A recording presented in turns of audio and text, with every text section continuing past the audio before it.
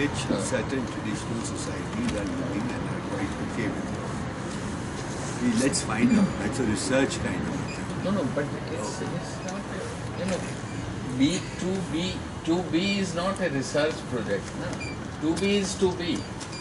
So in that, there are people, don't call them traditional or modern. Just a word, yeah. How do you explain? No. I mean, if I'm trying to communicate. The problem with use of that word, you are separating them out.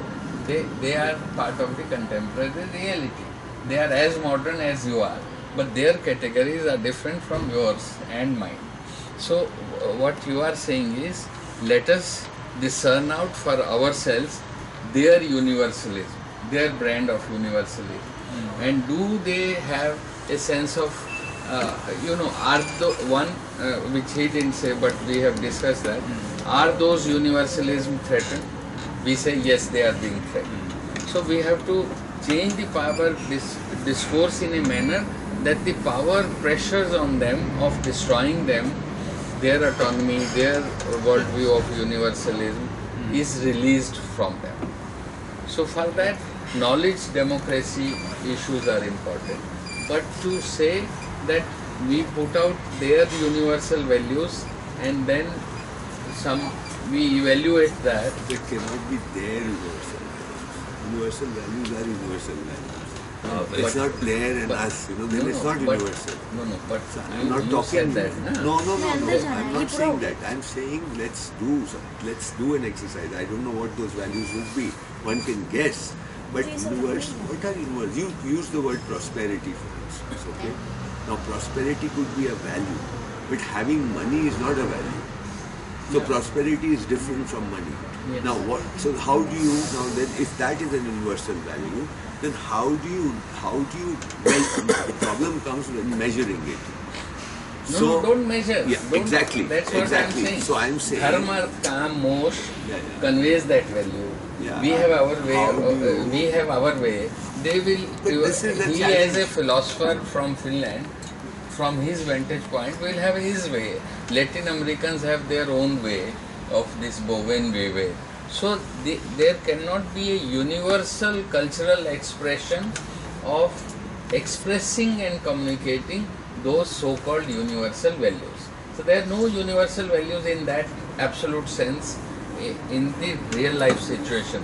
They are cultural, in rooted cultural language. This is my contention.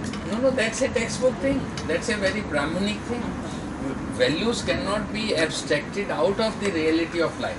People live life, and we are trying to, just see the contribution of postmodernism. Then I'll be able to communicate the point without explaining.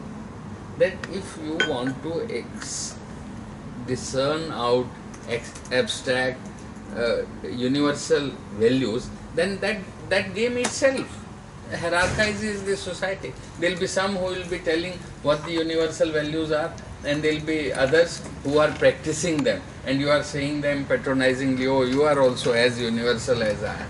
This is what it has to lead to inevitably.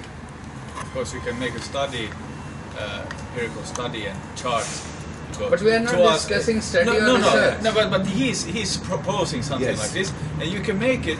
But the problem with this is that then you'll say, well, here we have the chart of universal values, but then the whole question of what a universal value is completely open. I mean, there's what if the values? How we make that chart?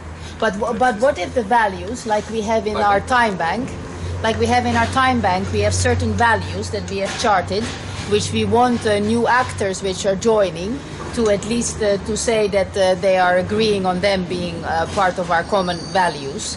But then actually in practice what happens is that they are used as blocks of deliberation.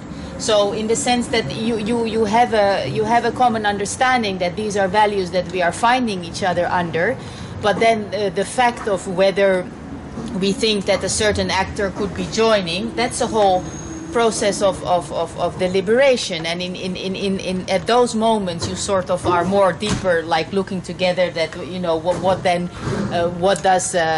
what do certain values actually mean for us in a certain moment and in a certain, so it's more that they are like guiding steps, tools to have processes of deliberation, which I think is the basic.